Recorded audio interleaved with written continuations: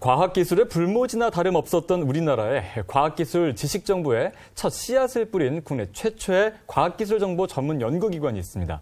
바로 한국과학기술정보연구원 키스티인데요. 네, 키스티에서는 창조경제 선도를 위해서 어떤 역할과 지원들을 하고 있는지 한선화 한국과학기술정보연구원 원장과 함께 자세한 이야기 나눠보겠습니다.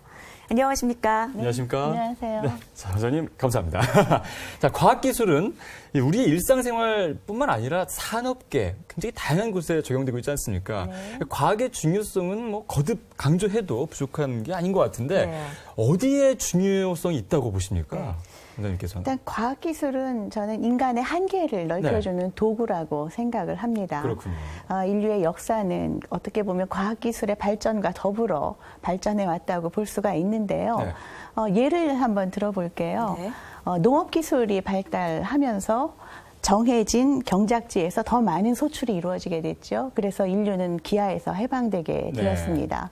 교통수단이 발달하게 되어서 활동 영역이 굉장히 넓어지게 된 것도 마찬가지로 과학기술이 이루어낸 업적이라고 할 수가 있고요. 인터넷 같은 경우를 보시면은 인터넷이 발달함으로 인해서 인간관계가 굉장히 지역적, 공간적으로 한계가 있었지만 그 한계를 넘어서게 네. 한 것도 마찬가지로 과학기술이고요. 우리가 흔히 쓰는 컴퓨터나 스마트폰은 사람의 지식의 한계를 넓혀준 도구라고 할 수가 있습니다. 네. 또 앞으로는 통역기가 활성화되면은 언어의 장벽도 넘어설 수 있게 될 것이고 생명공학이 발전하게 되면은 우리 인간 수명의 한계 또한 넘어설 수 있을 것이라고 생각을 합니다. 예. 네. 이처럼 과학기술은 인류의 역사를 발전시킨 동인이었고요. 또 이 도구를 기반으로 해서 수많은 경제적인 부가 창출되었습니다. 경제의 원천이라고 할 수가 있죠. 예. 네. 그래서 우리 주변에서 사회자께서 말씀하신 것처럼 모든 우리 일상생활이 과학기술이 창조한 것과 함께 발전되었기 때문에 과학기술은 우리 생활과 떼려야 뗄 수 없는 밀접한 관계가 있다고 볼 수 있습니다. 예. 네. 그런데 저는 여기서 한 걸음 더 나아가서 과학기술이 우리의 미래를 만들 수 있기 때문에 우리의 미래를 결정하기 때문에 더 중요하다고 말씀을 드리고 싶습니다. 예. 저희가 우리의 미래는 이렇게 변할 것이다 라고 생각을 하게 되면은 결국은 그 꿈을 이루어내는 것이 바로 과학기술이기 때문입니다. 네. 네. 생활 전체가 다 과학이다. 무슨 광고 문구 같지만 정말 그러네요.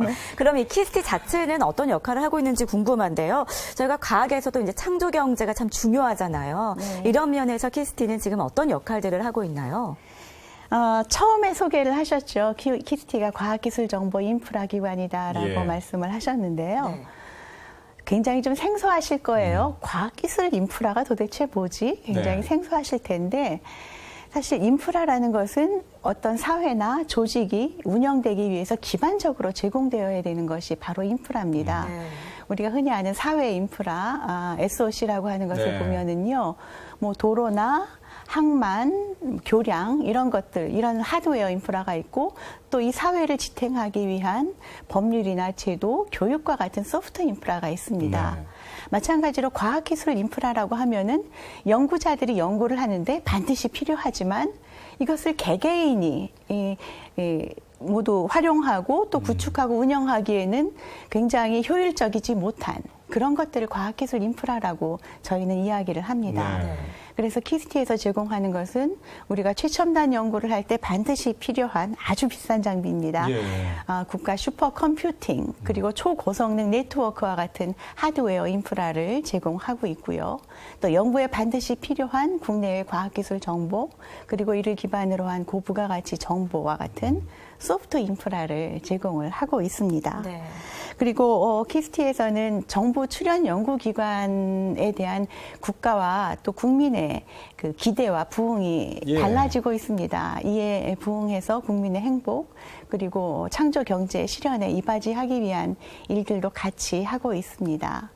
이와 같은 일은 그 재난 대응과 고령화 사회와 같이 국민의 삶의 행복 제공하기 위한 연구 네.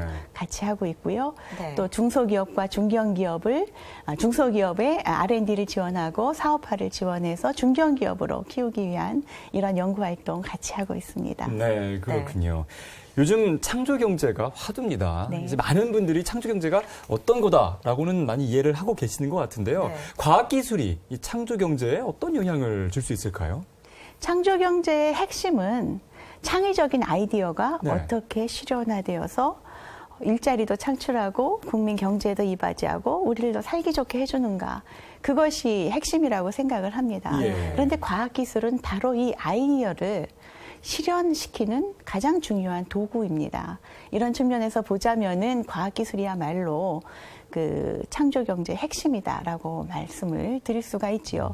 실제로 그 정부 출연연의 많은 연구자들이 저희 키스티에서 운영하고 있는 창조경제 타운에서 국민들의 아이디어가 실질적으로 실현될 수 있는 멘토 역할을 많이 해주고 계십니다. 그렇군요. 네.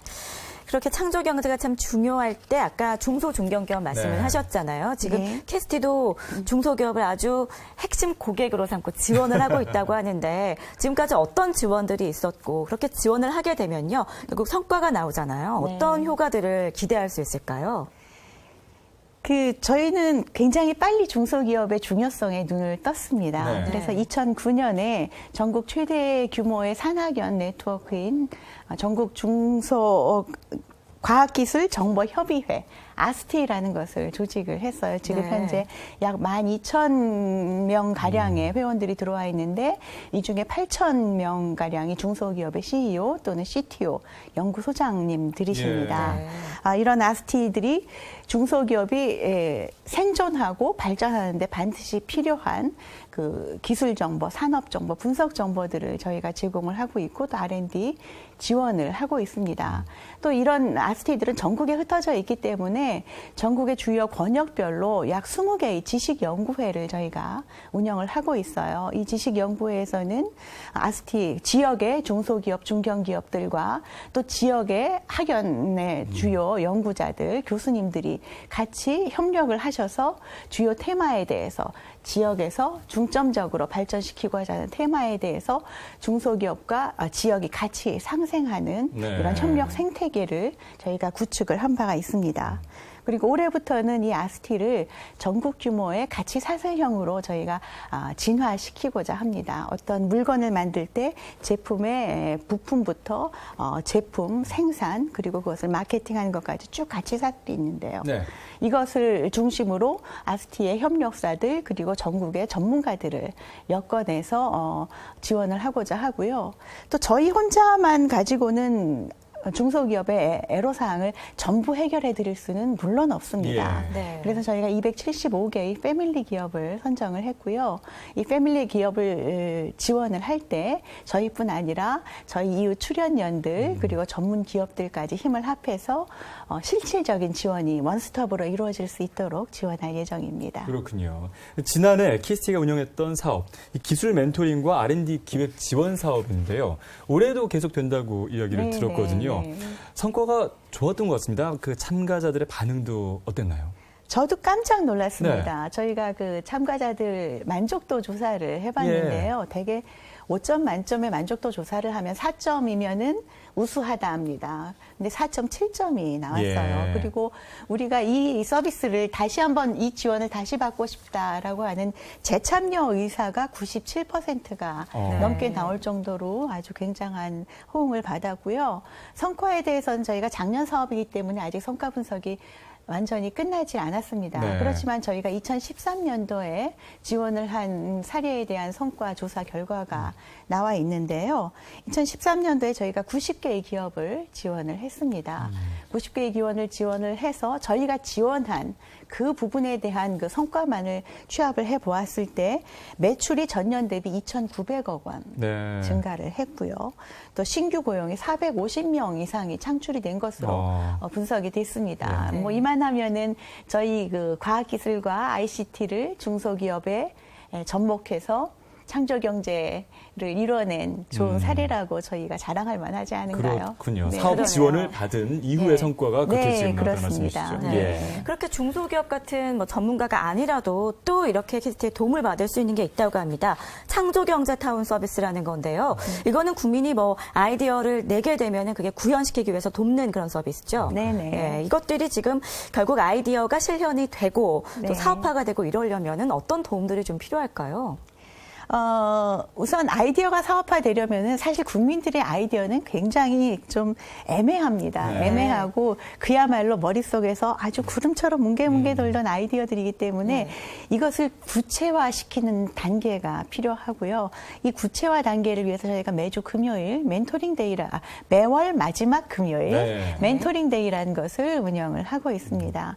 이 멘토링 데이에서는 사업화 또는 기술적으로 전문적인 멘토들이 직접 아이디어를 내신 국민들과 만나서 오프라인 멘토링을 해주시고 또 사업화에 필요한 다양한 교육들을 지원을 해드리고 있습니다. 특히 지난 4월 27일에는 전경련과 저희가 협약을 맺었어요. 예. 전국경제인연합회는 그야말로 사업화에는 귀재들이 모이신 그렇죠. 조직이잖아요. 네. 그분들이 또 멘토로 참여를 하셔서 아이디어에 힘을 실어주시고 이런 작업들은 올해 저희가 우수 아이디어로 선정한 300개 아이디어에 대해서 네. 모두 꾸준히 지원이 될 예정입니다.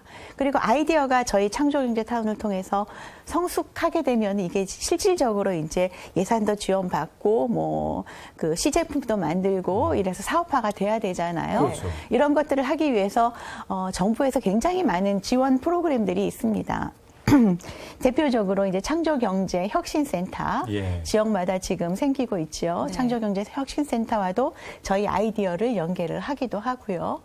또 정부에서 지원하고 있는 또 민간에서 지원하고 있는 많은 프로그램들과 저희 우수 아이디어들을 연계를 시켜드려서 이분들의 아이디어가 진짜 사업화돼서 제품이 나올 수 있게 네. 시장에 진입할 수 있게 도와드리는 데까지 저희가 연결을 해드리고 있습니다. 네, 지금 저희가 창조경제 타운에 대해서 말씀을 들어보고 있는데 창조경제 타운이 문을 연 이후에 누적 회원 수가 6만여 명이었고요. 그리고 아이디어 수가 2만여 건이라고 합니다. 굉장히 네. 많은 수치라고 네. 생각이 되는데 이렇게 높은 참여율 그리고 많은 아이디어가 올라가고 있는 이유 어디 있다고 보십니까?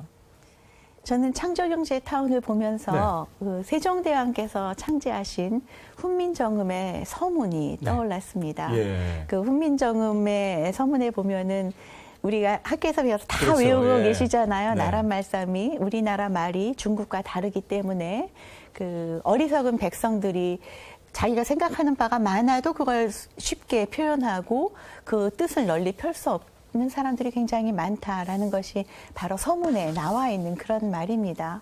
저는 창조경제타운이 감히 국민의 아이디어를 위한 네. 훈민정음이다라고 생각을 합니다. 국민들이 아이디어가 있어요. 그렇지만 이 아이디어를 어디에서 이야기를 할 수 있는 공론의 장도 없었고 또 이 아이디어가 너무나 희미하고 애매해서 구체화시킬 수 있는 그런 것도 없었습니다. 이런 것들 때문에 국민들이 아이디어를 널리 펼 수 없는 예. 문자를 몰라서 표현을 못했듯이 그런 장을 저희 창조경제타운이 만든 것이다라고 생각을 하고요. 여기에다 자신의 아이디어를 쏟아붓고 네. 이 아이디어가 전문가의 도움을 받아서 숙성하게 되고 이것이 다시 사업화로 이어지게 되는 여러 가지 정보와 또 연계 서비스를 제공하는 곳이 바로 창조경제타운이기 때문에 네. 국민들 입장에서는 아이디어를 쏟아부을 수 있는 그런 가뭄의 단비 같은 존재가 되었다고 그렇죠. 생각을 합니다. 예. 그래서 많은 아이디어를 자발적으로 올려주시고 또 네. 회원으로 가입해서 둘러보시고 그런 수치들이 나오지 않았나 생각합니다. 네. 네, 결국에는 그렇게 국민들이 좀 실생활로 느낄 수 있는 창조경제, 과학이 돼야 될 텐데요. 그러기 위해선 창업 지원 공간도 참 중요합니다. 이를 네. 위해서는 어떤 지원들을 하게 되나요? 창업 지원 공간은 사실은 오프라인 공간도 있죠. 창조경제 그렇죠. 혁신센터 같은 것들이 대표적인 오프라인 공간이고요. 저희 키스티에서는 오프라인보다는 온라인 공간을 굉장히 네. 중점적으로 생각을 하고 있습니다. 네. 지금 말씀드린 창조경제타운 같은 것이 대표적인 창조경제 지원을 위한 온라인 공간이 되겠고요. 이것을 더욱더 발전시키기 위해서 저희 키스티에서 제공하고 있는 NTIS 서비스하고 네. 창조경제타운을 결합을 했습니다. 예. NTIS에서는 우리나라에서 정부 R&D 지금 18조가 투자가 되고 있거든요. 예. 정부 R&D가 투자를 해서 나온 모든 성과, 결과물들, 그리고 그 과제에 대한 정보, 이 과제를 통해서 구축된 연구 시설과 연구 장비들, 그리고 이 과제에 참여하신 우리나라 최고의 전문가들에 대한 정보가 전부 다 들어 있습니다. 예. 그러니까 창조경제타운에 오시는, 그리고 우리나라에서 창업을 준비하고 뭔가 창조적인 일을 해보고 싶으신 분들은 정부에서 어떤 일들을 했는지를 알 수 있는 그런 네. 게 되고요. 또 이를 더 쉽게 활용하게 할 수 있기 위해서 모바일 서비스도 저희가 구축을 했습니다. 예, 알겠습니다. 잘 알겠습니다. 네, 지금까지 한국과학기술정보연구원 한선화 원장과 함께 이야기 나눠봤습니다. 오늘 말씀 감사합니다. 네, 감사합니다.